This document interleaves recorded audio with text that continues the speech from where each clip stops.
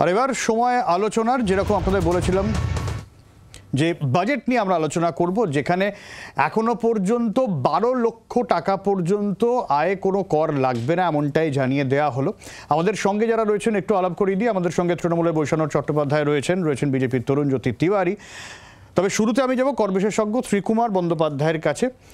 শ্রীকুমারবাবু, কিভাবে sum up করবেন? কারণ একটা চর্চা চলছিল, এটা অস্বীকার করে লাভ নেই, যে মধ্যবিত্তদের নিয়ে কি করবেন সরকার। এরকম একটা প্রবল সমালোচনা যে এই সরকার মধ্যবিত্ত বিরোধী, নির্মলা সীতারামন মধ্যবিত্তের কথা ভাবেন না। সেক্ষেত্রে অরবিন্দ কেজরিওয়াল তিনিও রাস্তায় নেমেছিলেন, সুর চড়িয়েছিলেন, এবং মোটামুটি একটা 10 লক্ষ টাকা পর্যন্ত কর ছাড়ের প্রস্তাব অন্তত অফিসিয়ালি তার বিরোধীদের কাছ থেকে এসেছিল। সেখানে একেবারে 12 লক্ষ টাকা। হ্যাঁ, 12 লক্ষ টাকা কর দিয়ে মধ্যবিত্ত বলছেন, আমি এটাকে উচ্চ মধ্যবিত্ত বলবো। এইটা তো একটা কনফিউশন আছে। আমি পড়াশোনা করতে গিয়ে দেখছিলাম যে এক্স্যাক্ট মধ্যবিত্ত কারা, তা নিয়ে এক একজনের এক এক রকম মত। এবং ভারতবর্ষের স্ট্যান্ডার্ডে যদি আপনি দেখেন, তাহলে মাসে 1 লাখ টাকা যারা রোজগার করে তাদের মধ্যবিত্ত বলতে গেলে একটু অসুবিধে হয়, অন্তত আমার ক্ষেত্রে। যাই হোক, উচ্চ মধ্যবিত্তই হোক আর মধ্যবিত্তই হোক, কনফিউশন না বাড়িয়ে 12 লাখ টাকা ছাড় দিয়েছে। এখানে আমার মনে হয় একটু কনফিউশন হচ্ছে। আপনি যদি সীতারমনের বাজেট দেখেন, মানে সেটা ফাইন প্রিন্ট পড়লে বোঝা যাচ্ছে। উনি বললেন 4 লাখ থেকে 8 লাখ 5%, 8 থেকে 12 লাখ 10%, 12 থেকে 16 15, 16 লাখ থেকে 20 20%, এইভাবে বললেন। তাহলে প্রশ্ন এলো, 12 লাখ যদি জিরো হয় তাহলে 4 লাখ থেকে 8 লাখ কেন 5%? এইটা কিন্তু ট্যাক্সটা ওই 4 লাখ থেকেই গোনা হবে। গুনে আসার পর দেখবেন 12 লাখের ট্যাক্স হচ্ছে 60,000, 87 একটা সেকশন আছে, এটা রিবেট দেয়। 75,000 না, 75 ইজ সামথিং এলস, ওটা সেকশন 16। 87-এ একটা রিবেট দেওয়া হচ্ছে 60,000, অর্থাৎ আপনার 12 লাখের ট্যাক্স হচ্ছে, নির্মলা সীতারামন যে বলেছে তাদের 60,000 দিয়ে জিরো করে দিচ্ছে। তাহলে আপনার ট্যাক্স লায়াবিলিটিটা শুরু হয়ে যাচ্ছে 4 লাখ থেকে। আমি স্যালারিড এমপ্লয়িটা ধরছি না, অনলি 75,000 স্যালারিড এমপ্লয়ির ক্ষেত্রে। তাহলে এইখানে তাতে মধ্যবিত্ত মানুষের কিছু এসে যায় না, আমায় রিবেট দিয়ে দিক আর দায়ী দিক, আমি তো ট্যাক্সের ছাড় পাচ্ছি। সো এই ছাড়টা হওয়ার পর আমি মাননীয় প্রধানমন্ত্রীর ইন্টারভিউটা শুনছিলাম। সেখানে উনি বললেন যে এটা ওনাদের সঞ্চয় বাড়াতে সাহায্য করবে। কিন্তু এখন মডার্ন ইকোনমিক্সে যদি আপনি যান, সেই অ্যাডাম স্মিথ 1900 সালে বলে দিয়েছে ইনভিজিবল হ্যান্ডস অফ থিওরি, এখানে কিন্তু মানুষের হাতে টাকা জোগাড় করানোই হয়, মানুষ আরও বেশি খরচ করবে। যত বেশি খরচ করবে ইকোনমি তত স্ট্রেংথেন হবে। আর উন্নয়নমূলক রাষ্ট্রের একটা কাজ থাকে জনকল্যাণমূলক, তারা যারা বয়স্ক মানুষ তাদের দেখবে, তাদের চিকিৎসা দেখবে, এইগুলো। কিন্তু আনফর্চুনেটলি ভারতবর্ষে এটা হয় না। তার জন্য আমরা বলি স্বপ্ন পূরণের বাজেট। কার স্বপ্ন পূরণ হলো আমি জানি না, অন্তত যারা একটু বেশি ট্যাক্স দিল তার স্বপ্ন পূরণের সাথে ওই চাষি থেকে গরিব মানুষ কি স্বপ্ন পূরণ হলো, আমি স্বপ্ন পূরণটা নিতে হলো। তরুণজ্যোতি, আমি শুনছিলাম দাদার কথা শুনছিলাম। দাদা ট্যাক্সের ব্যাপারে অনেক ভালোই জানাই, ইচ্ছা করে কিছু কনফিউশন করলেন। তার পিছনে ওনার প্রফেশনাল রিজনের থেকেও বেশি ওনার পলিটিক্যাল অ্যাফিলিয়েশন কাজ করছে। খুব সিম্পল হিসাব, পরিষ্কার বলা হয়েছে 12 লক্ষ টাকা পর্যন্ত ছাড়, যা তারপর থেকে তিনি যে স্ল্যাবগুলো বললেন অ্যাবভ 12 লাখসের ক্ষেত্রে অ্যাপ্লিকেবল। ফার্স্ট। সেকেন্ড, তিনি মধ্যবিত্তের কথা বলছেন। 12 লাখের মধ্যে ওনার হিসাবে খালি উচ্চবিত্ত, কেন 0 to 12 লাখ তার মধ্যে মধ্যবিত্তই পড়ে, অন্য কেউ পড়ে না। সেকেন্ড, কৃষি ও গ্রামীণ উন্নয়নের ক্ষেত্রে যে ইনভেস্টমেন্টের কথা বলা হয়েছে, কাদের ক্ষেত্রে বলা হয়েছে? মধ্যবিত্তের কথা বলা হয়েছে। সামাজিক কল্যাণ এবং কর্মসংস্থান, যে ইনফ্রাস্ট্রাকচার ডেভেলপমেন্টগুলোর কথা বলা হয়েছে, বিভিন্ন স্কিমগুলোর কথা বলা হয়েছে, হিউজ অ্যালোকেশন করা হয়েছে। ডাইরেক্ট বেনিফিশিয়ারি কারা? মধ্যবিত্তরা। কর্মসংস্থান হবে এখানে, মানে আরবান ইনফ্রাস্ট্রাকচার এবং এমপ্লয়মেন্টের জন্য যেগুলো ইনভেস্টমেন্টের কথা বলা হয়েছে, কার উপকার হবে? মধ্যবিত্তের উপকার হবে, নিম্নবিত্তের উপকার হবে, গরিব মানুষের উপকার হবে। Tourism is a big factor. আমার স্টেটের জন্য tourism is a big factor. ট্যুরিজমের জন্য একটা হিউজ ফান্ড অ্যালট করা হয়েছে। ট্যুরিজম ডেভেলপমেন্ট হলে, ট্যুরিজম খালি হোমস্টে থেকে শুরু করে বিভিন্ন ক্ষেত্রেগুলো ডেভেলপমেন্ট হবে। কার জন্য হবে? সাধারণ মানুষের ক্ষেত্রে হবে।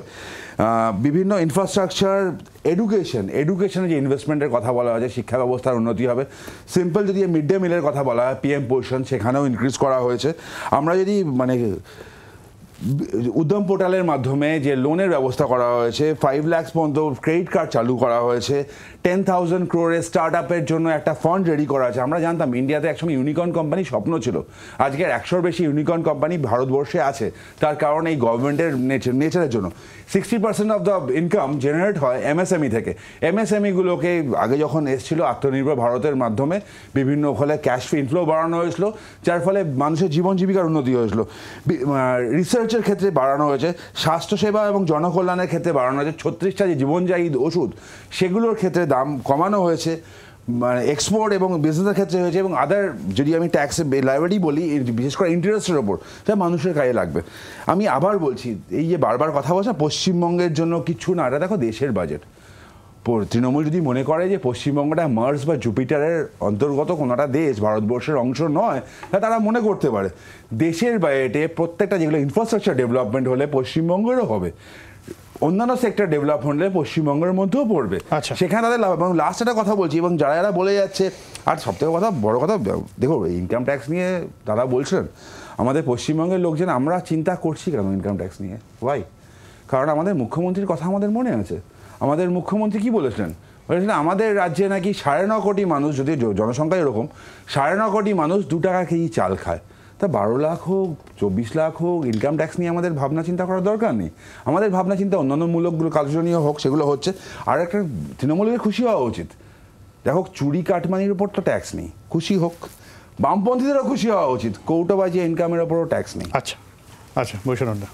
আসলে বিজেপি মানে বিভ্রান্ত এবং নিজেরা দিশাহীন।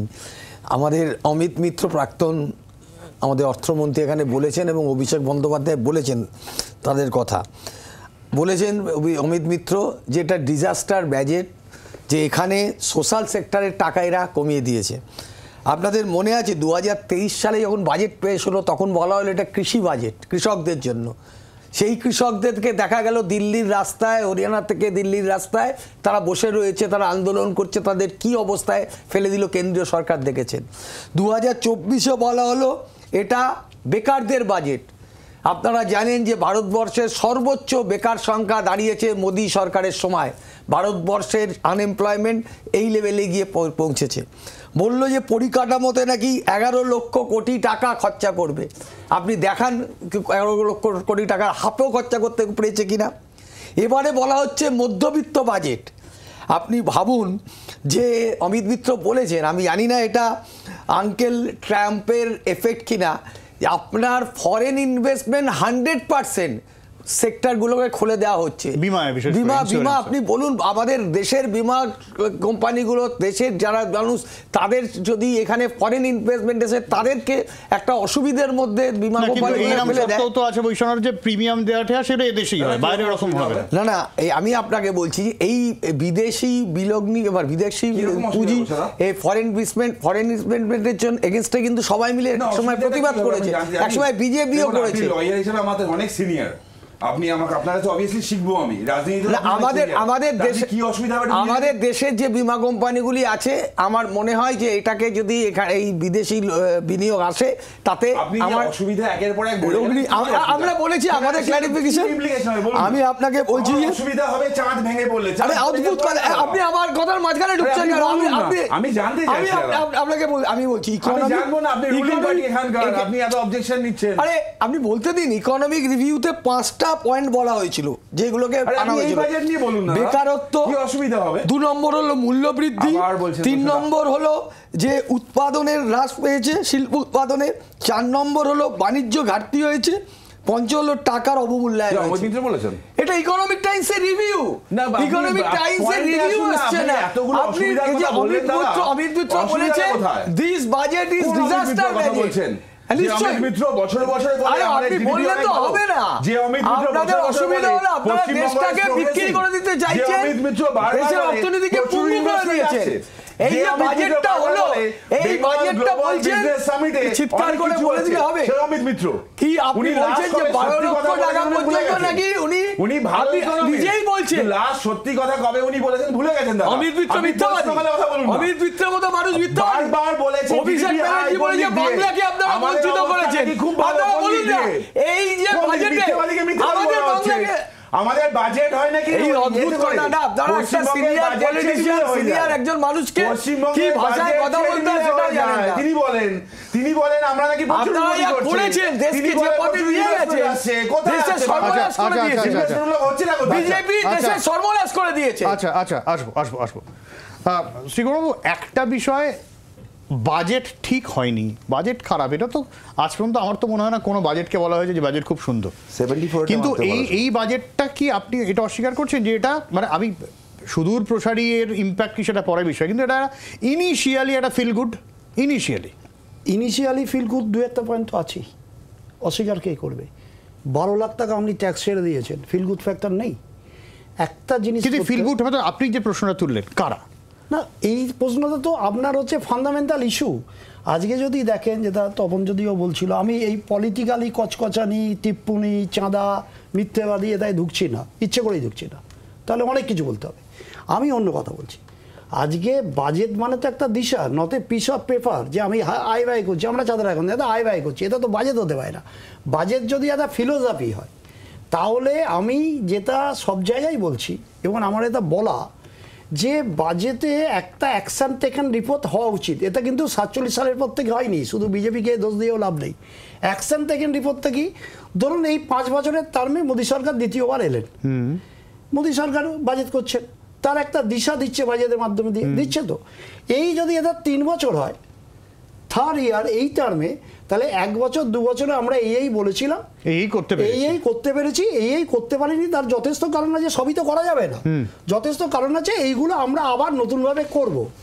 এই যে বাজেটের দিশাটা, একটা কোনো সময় মধ্যবিত্ত, কোনো সময়, আমি কোথাও ক্রিটিসাইজের জন্য বলছি না, আপনি দেখুন দিশাটাই কিন্তু ওই যে সিগনেচার লেখা দেখেন একটা প্রোডাক্টের তলায়, মেরা ভারতী মেরা স্বপ্ন, যেটা বুদ্ধদেব হচ্ছে অনেকদিন আগে খুব প্রতিবাদ করেছিলেন, এটা স্বপ্ন হয় কি করে। এই সিগনেচারে আপনি যদি দেখেন ফান্ডামেন্টাল ইস্যুগুলো দেখা হয়নি। যেমন দেখুন, আপনি যদি দেখেন অসংগঠিত ক্ষেত্র নিয়ে কিছু বলা হয়নি, কিছুটা একটু ওই ওয়ার্কারদের সম্বন্ধে বলা হয়েছে, যারা ফেসবুক চালায়, এই চালায়, তাদের দেখা হবে, এটা কোনো সময়ই দেখা হয়নি আমাদের ভারতবর্ষে। এবং কোঅপারেটিভ মুভমেন্ট ভারতবর্ষের একটা লেবার ইন্টেন্সিভ হতে পারে, সেটাই দেখা হয়নি। এসএমইসের নজর দিয়েছে ঠিক আছে, কিন্তু লোনের চেয়ে বড় কথা, আজকে ডিমানিটাইজেশনের পর থেকে, আমি বলছি না, রঘুরাম রাজন বলছে, এই ক্ষেত্রে যে রক্ত স্বল্পতায় ভুগছে, মানে তার কাছে হাতে ক্যাশ নেই, এই এসএমইসটাকে কিন্তু দাঁড় করাতে হবে, এদেরই আমার ব্যাকবোন, যেটা স্বীকার করা হয়েছে বাজেটে খুব ভালো। এবং এই সঙ্গে জানি যে লাস্ট 3 বার এসএমইতে পশ্চিমবাংলা কেন্দ্রীয় সরকার থেকে প্রথম পুরস্কারটা পেয়েছে। আমাদের এখানে বড় ইন্ডাস্ট্রি হয় না, অনেক কাজে জমি দেওয়া হয় না, জমি দেওয়া হয়নি, গাড়ি ভাঙিয়ে দেওয়া হয়েছে, তথা অনেক কিছু, আমি তাই ঢুকছি না, কিন্তু which has been recognised by the central government. My learned friend cannot say this is a wrong step. আচ্ছা, এই জায়গা থেকেই বৈশ্বনাথদা এই প্রশ্নটা যেমন যদি কেউ করতে পারে যে কর্মসংস্থান কি হবে, কর্মসংস্থান একটা বিপুল জায়গা হচ্ছে, ভারী ইন্ডাস্ট্রি, শিল্প, এই শিল্পটা যদি আপনারা কেন্দ্রের বিরুদ্ধে তোলেন, পাল্টা আপনাদের বিরুদ্ধে হয় কি অভিযোগ আসবে? এই পাল্টি অভিযোগ। দেখুন, আমি একটা কথা বলি, মানে সাধারণ বছরে 2 কোটি বেকারের যুবকের চাকরির কথা কে বলেছিলেন? নরেন্দ্র মোদী বলেছিলেন। আজকে 10 বছর অতিক্রম করে 11 বছর এসে গেছে, উনি এক এক সময় এক এক কথা বলেন। একবার বলেন ভোকাল ফর লোকাল, একবার বললেন মেক ইন ইন্ডিয়া, একটা স্লোগান ওনার কার্যকর করতে পেরেছেন। এই যে বাজেটে যে মিথ্যা কথা বলা হচ্ছে, যে স্বপ্ন দেখানো কথা বলা হচ্ছে, এটা মিথ্যাভাবে বলা হচ্ছে। আপনি বলছেন 140 কোটির দেশে নাকি 8 কোটি লোক ট্যাক্স দেয়, তার মধ্যে উনি বলছেন যে আমি মধ্যবিত্ত লোক, যারা 12 লক্ষ টাকা, তাদেরকে আমরা এখানে এক্সেমশন দিয়েছি। গোটাটাই তার এফেক্টটা কত লোকের মধ্যে আসছে? এই যে বাজেটটা বলা হচ্ছে যে 140 কোটি দেশের এই বাজেটটা কত লোককে টাচ করেছে? বেকারদের জন্য কি দিশা দেখানো হয়েছে? আনএমপ্লয়েড ইউথের জন্য কি দিশা দেখানো হয়েছে? আজকে দেশের শিল্প কিভাবে বাড়বে, দেশের ম্যানুফ্যাকচারিং কিভাবে বাড়বে, কোনটার ব্যাপারে কোন দিশা দেখাতে পেরেছে? শুধুমাত্র কেবলমাত্র মানে ড্রাম পেটালে হবে না, বাস্তবের উপর দাঁড়িয়ে ব্যাপারটাকে বিবেচনা করতে হবে। না, বৈশাখার সাথে কিছুটা আমি একমত, সত্যি ড্রাম পেটালে হবে না। আমি আবার বলছি, 12 লক্ষ কোটি টাকা ট্যাক্স দিয়ে ট্যাক্স স্ল্যাব করে পশ্চিমবঙ্গের করে লাভের লাভ কিছু হবে না। সুকুমার দা আছে, 12.5 লক্ষ কোটি টাকা ঋণ খেলাপিদের ছেড়ে দিয়েছেন। 2018-19-এ যদি হিসাব করা হয়, পশ্চিমবঙ্গে 10 লক্ষ টাকার উপর ট্যাক্স দিত, তার সংখ্যাটা হচ্ছে 5.76 লাখ মতো। মানে 5,76,000 মানুষ মাত্র 10 লক্ষ টাকার উপর ট্যাক্স দেয় পশ্চিমবঙ্গে। পশ্চিমবঙ্গের ক্ষেত্রে অ্যাপ্লিকেবল। দাদা সত্যি অনেকগুলো কথা বললেন, ইন্ডিয়ান স্ট্যান্ডার্ড একটু বলে দাও, শিল্পের কথা বলবো, নিশ্চয়ই বলবো। ইন্ডিয়াটা বলবেন না, ইন্ডিয়াটা বললে তো কথাগুলো বললে আমার মনে করিয়ে দেওয়া উচিত যে শিল্পের কথা হচ্ছে, বেকারদের কথা হচ্ছে। প্রতি বছর যে বিজিবি এতে কদিন পরেও হচ্ছে একটা আজ পর্যন্ত প্রায় 30 লক্ষ কোটি টাকা ইনভেস্টমেন্টের কথা ছিল পশ্চিমবঙ্গে, সেগুলো গেল কোথায়? সেগুলো কোথায় হলো? এমওইউগুলো মৌমাছি হয়েছে কিনা বৈশ্বনাথ কোনো এক সময় বলবেন। বৈশ্বনাথ বলছেন যে বেকারদের জন্য কি করা হচ্ছে, ইউথদের জন্য কি করা হচ্ছে। আচ্ছা, স্টার্ট আপগুলো কাদের জন্য আসছে? এমএসএমই সেক্টরের কথা শ্রীকুমার দা স্বীকার করলেন। এমএসএমই সেক্টরে যে মানে পোস্ট কোভিড পিরিয়ডে যে বাজেটটা হয়েছিল, সেই বাজেটে যে পরিমাণে ক্যাশ ইনফ্লো করা হয়েছিল, 60% অফ দ্য এমএসএমই, যেটা আমাদের ব্যাকবোন অফ দ্য ইকোনমি, তাদেরকে দাঁড় করানোর জন্য আমি আবার বললাম, যেটা শুরু করেছিলাম, ইউনিকর্ন কোম্পানি ভারতবর্ষে একসময় একটা ছিল না, আজকে সেগুলো বাড়ছে। কয়েকদিন আগে সংখ্যা হলো 100 ছাড়িয়ে গেছে আলটিমেটলি। এই বিভিন্ন সেক্টরগুলো হচ্ছে। আবার বলছি, infrastructure is a big thing. Infrastructure development মানে সেখান থেকে কর্মসংস্থান এবং অন্যান্য জিনিসগুলো হচ্ছে, সেগুলো তো হচ্ছে পশ্চিমবঙ্গে। কেউ তো দেখতে পাচ্ছে না, কুটির শিল্প আপনারা লোককে তৃণমূল হচ্ছে, কিন্তু সাধারণ মানুষের তৃণমূলে। আমার বিরতির সময় হয়েছে, বিরতির পর আসবো অবশ্যই। যেটা মূল ফোকাস ছিল যে কর ছাড়া বিষয়টা অবশ্যই ফিল গুড ফ্যাক্টর তো রয়েছে একাংশের মধ্যে, কিন্তু এই কর্মসংস্থান বা মূল্য বৃদ্ধির যে বিষয়টা মাথায় রাখতে হবে। রাজ্যের বাজেটও কিন্তু আসছে, এখানেও কিন্তু একটা বড়সড় চ্যালেঞ্জ। আমি আসছি বিরতির পর, সঙ্গে থাকুন।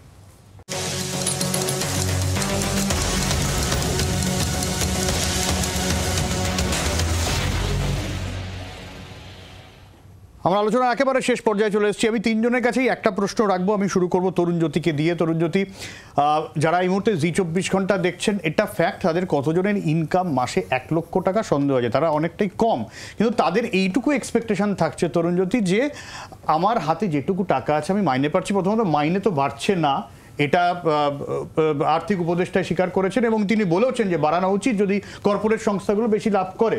সেটা যখন হচ্ছে না, যেটুকু টাকা আছে আমার যদি জিনিসপত্রের দাম বেড়ে যায়, যদি বিমার প্রিমিয়াম দিনের পর দিন বাড়তে থাকে, আমার এলআইসি বা ন্যূনতম জমার পুঁজিতে যদি সেটা ট্যাক্সের আওতায় আসতে থাকে, এই বিষয়টা দরকার। আমার কর্মসংস্থানের প্রশ্ন তো এটা প্রত্যেক বছরই রয়েছে। দেখো, আমি আমি লাস্ট সেক্টরে যেগুলো বলেছি সেগুলো আর অবভিয়াসলি আর রিপিট করবো না। 12 লাখ টাকা পর্যন্ত ট্যাক্সের ছাড় পড়ার ফলে পুরো স্ল্যাবটা জায়গাটা অনেকটা বেড়ে গেল, অনেকেরই সুবিধা হবে এর মধ্যে। সেকেন্ড, কিছু জায়গায় না ওই তুই চোর মুই চোর এই সেই না করে একটা ইউনিফর্মলি কাজ করা উচিত। যখন মানে পাশের রাজ্য ছিল না ওড়িশা তো আমাদের সরকার ছিল না, সেন্ট্রাল গভর্নমেন্ট স্টেট গভর্নমেন্ট একসাথে কাজ করেছে, ওড়িশার ডেভেলপমেন্ট হয়েছে। আমাদের রাজ্যে সব কিছু আছে, তুমি বলো মানে ইনফ্রাস্ট্রাকচার থেকে শুরু করে বলো কত কিছু করা পসিবল, মানে ট্যুরিজমের কত কিছু করা পসিবল। জাস্ট ওই ক্যাওয়াসটা ছেড়ে যদি কাজ করে কর্মসংস্থান বাড়বে। আমি আবার বলছি, ওষুধের দাম থেকে আরম্ভ করে সব কিছু কমছে, একটা মাল্টিপ্লেয়ারের একটা জায়গা তৈরি হচ্ছে। আমি সিম্পল একটা এক্সাম্পল দিচ্ছি, ইলেকট্রিসিটি পশ্চিমবঙ্গে একটা এটা কিন্তু আপনার কাছে আপনি ইম্পোর্ট ওষুধ করলে ডিউটিটা ফি করেছে, অন্য আপনার টাইমে বলবেন। ইলেকট্রিসিটি একটা মনোপলি যেমন চলে, যেমন বিভিন্ন রাজ্যে আছে মাল্টিপ্লেয়ার্স যার কাছে কম দাম সে নিতে পারে। পশ্চিমবঙ্গের ক্ষেত্রে ইলেকট্রিসিটি একটা মনোপলি দেখা যায়। ক্যালকাটার ক্ষেত্রে খালি সিইএসসি গোয়েঙ্কার প্রতি এত কিসের ভালোবাসা যে মাল্টিপ্লেয়ার এখানে আসছে না। কিছু কোম্পানির ক্ষেত্রে এত কিসের ভালোবাসা যে মাল্টিপ্লেয়ার এখানে ঢুকছে না, ফলে রেট ডাউন হবে। মাল্টিপ্লেয়ারকে আসতে দেওয়া হচ্ছে না। কারণ আমি আবার বলছি, চেঞ্জ হওয়া দরকার, চেঞ্জ হয়ে এগুলোকে ভাবা দরকার। আচ্ছা, প্রশ্নটা না, আমি তো বলেছি যে আমাদের এই অভিষেক বন্দ্যোপাধ্যায় বলেছেন যে বাংলাকে যে বঞ্চনা করা হয়েছে এই বাজেটে, সেটা পরিষ্কার। আপনারাই আপনাদের চ্যানেলে বারবার দেখাচ্ছিলেন যে বাংলাকে এই বাজেটে কিচ্ছু দেওয়া হয়নি। 800টা এমপি ছিল তখনও দেয়নি, 12টা এমপি হয়ে গেছে কমে, সেটার এখনও দেয়নি। আমার একটা কথা, উনি এতক্ষণ বলছিলেন ওষুধের দাম কমানো হয়েছে। আপনি বলুন তো এই ঘটনাটা সত্যি কিনা? সিনিয়র সিটিজেনদের যে মেডিক্লেম, তার কি ইন্স্যুরেন্সের প্রিমিয়াম কমেছে? আপনি বলুন তো যে এখানে যে সোশ্যাল সেক্টরের যে টাকা, সেই টাকা কমেছে না বেড়েছে এই বাজেটে? আপনি বলুন এখানে এ করে। আমরা তো বারবার বলছি যে এই যে 12.5 লক্ষ কোটি টাকা ঋণ খেলাপিরা, ব্যাংকের টাকা, জনগণের টাকা, সাধারণ মানুষের টাকা, তাদেরকে এখানের থেকে ছেড়ে দেওয়া হলো, তারা চলে গেছে। এখন জোর করে যদি বলে আমরা রাইট অফ এন্ড মুকুব এক জিনিস নয়, পাশে দাদা আছে বলবেন কেন রাইট অফ করবেন? রাইট অফ আর মুকুব এক জিনিস নয় দাদা, ব্যাংকের টাকা জনগণের টাকা রাইট অফ আর মুকুব এক জিনিস নয়। আমি আবার বলছি ওনা বিশেষজ্ঞ ওনাকে জিজ্ঞাসা করুন ইউজ করতে যে একটু এটাকে কনফিউজ ছেড়ে দেওয়া হলো কেন? রাইট অফ করা আপনি হবে কেন? কথা বলেন খেলাপিদের কথা। আরে নীরব এই মোদী খেলাপি, যে টাকাটা ছিল নীরব তার থেকে মোদী, বেশি টাকা ললিত অলরেডি মোদী রিকভার আপনাদের হয়েছে, বন্ধু তো। তার থেকে বেশি টাকা নরেন্দ্র অলরেডি রিকভার মোদী হয়েছে। বন্ধুদেরকে আমার আর ছেড়ে এক দেওয়া মিনিট- হয়েছে। আমার আর গ্রিন এক- খেলাপি। আমার আর এক রিকভার মিনিট হয়েছে। সময় আছে, শ্রীকুমার দাকে দিয়ে শেষ করবো, 1 মিনিট সময় আমি আছে। তরুণ জ্যোতির সাথে একমত যে মাল্টিপ্লেয়ারকে আনা উচিত, সঞ্জীব গোয়েঙ্কাকে কেন আনবে না? একই প্রশ্ন, সমস্ত বিমানবন্দর আদানিকে দিয়ে দেওয়া হবে, Tender হবে তো। অন্যরা টেন্ডারে যখন পাবে তার সিবিআই ইডি লাগিয়ে তাকে টেন্ডার Tender থেকে হয়ে withdraw যাবে, করা এখানে হবে। হোক না। এটাও একটু তরুণ জ্যোতির বলা না উচিত। না, এখানে টেন্ডার হোক না, না টেন্ডার না, হোক। ওখানেও টেন্ডার হোক না, ওখানে Tender তো হোক, টেন্ডার হয়ে সব জায়গায় হয়নি। tender হয়, আদানি এখানে হয় না, কেন হয় হচ্ছে না। না? সবাই জানে। আরে এখানে tender আদানিকে- হোক। এই সমস্ত Multiplayer বিমানবন্দর আসুক, আদানি কেন হবে, আসছে আপনি না? লিখে নিন। গোয়েঙ্কার আজকে লিখে প্রতি দিয়ে এত গেলাম। কিসের ভালোবাসা? আমি তো তরুণ জ্যোতির গরিবকে কথা আরো বলছি। গরিব করে দিয়েছে, গোয়েঙ্কা গরিবকে গরিব। আরো গরিব করছে, আর গোয়েঙ্কা বড়লোকদের গরিব আরো দাদা। বড়লোক। না, না, গোয়েঙ্কা Actually, গোয়েঙ্কা আদানিরা গরিব বড়লোক না। হবে। গোয়েঙ্কা কি গরিব দাদা? আমি ওর সাথে কেন multiplayer আসছে না? মাল্টিপ্লেয়ার হোক, ট্রান্সপারেন্সি আসুক, যেটা হওয়া উচিত স্বচ্ছতা। এবং আমরা দেখেছি মিডিয়া রিপোর্ট না, দিস ইজ ফ্যাকচুয়াল, কেউ যদি এয়ারপোর্ট করতে গেছে, বোম্বে এয়ারপোর্টের কথা বলছি, নবী মুম্বাইয়ের ক্ষেত্রে বলছি, সেক্ষেত্রে যে পেয়েছিল তার বাড়িতে ইডি লাগিয়ে বলা ছিল একটাই কন্ডিশন, তুমি উইথড্র করে নাও। ও উইথড্র করে নিল। তো এটাও তো সিন্ডিকেট না, তোলাবাজ কি বলবে? তার রিপোর্ট তো আসেনি দাদা। এই তো মানুষ জেনে গেছে, দেশের মানুষ জেনে গেছে। আর তার report ব্যাংকের, তো আমি আসেনি। অডিটার তো অনেক ব্যাংকের রাইট পারি, আপনি বলেন আমি মুকুব করলাম না, ওর খাতা থেকে রাইট অফ করে দিলেন। এন্ড অফ দ্য ডে কি, যেমন তরুণ যদি ঠিকই বলেছে 12 লাখের কি 2% 3% ছেড়ে দিন, মানুষ সুবিধা পেয়েছে, এক্স্যাক্টলি মানুষ সুবিধা পেয়েছে। আবার ওই ঋণ যখন আপনি মুকুব করলেন না, আপনি রাইট অফ করে দিলেন, খাতায় তো নেই, আর চাইবেন কি? 12.5 কিন্তু লক্ষ উদ্ধার তো কোটি হয়েছে টাকা না। ঋণ খেলাপিদের ছেড়ে নীরব মোদীর দিয়েছে। টাকা তো উদ্ধার হয়েছে। এই আরে, টাকা যে তো টাকা বিজেপি উদ্ধার নিয়েছে ওদের থেকে টাকা। উল্টো দিকে পার্থবাবুর তাহলে পকেটের টাকা আমরা- কি উদ্ধার হলো বাবা? 12.5 লক্ষ কোটি আপনার টাকা, নেতারা চাকরি চুরির টাকাটা কি উদ্ধার হলো? জনগণের টাকা ঋণ জনগণের খেলাপিদের টাকা নিয়ে চলে গেল। যারা আবাসের টাকা চুরি করে উদ্ধার হলো? নীরব মোদী, ললিত আরে মোদী উদ্ধার কাদের লোক? কে করবে? যিনি নীরব মোদীকে উদ্ধার করছে আচ্ছা, সেটা সরকারের আমার- টাকা। আমার- আমার সময় একদম শেষ। ঠিক আছে। আপনারা নীরব মোদী আদানি এই নিয়ে তর্ক করতে থাকুন। সাধারণ মানুষের সত্যি কি এতে কিছু যায় আসে? সাধারণ মানুষ এটাই চায়, বাজারে যখন যাবে আমি জিনিসটা একটু কম দামে পাবো, আমার পকেটের আয়ত্তে পাবো, আমার চাকরিটা যেন না যায়, একটু ঠিক সময় যেন মাইনেটা বাড়ে, এটাই তো। আর বুড়ো বয়সে যাতে একটু স্বস্তিতে থাকতে পারি, এইগুলো হচ্ছে কিনা আমাদের অন্তত সেটাই দেখা। এখানে শেষ করছি, সঙ্গে থাকুন জি 24 ঘন্টা।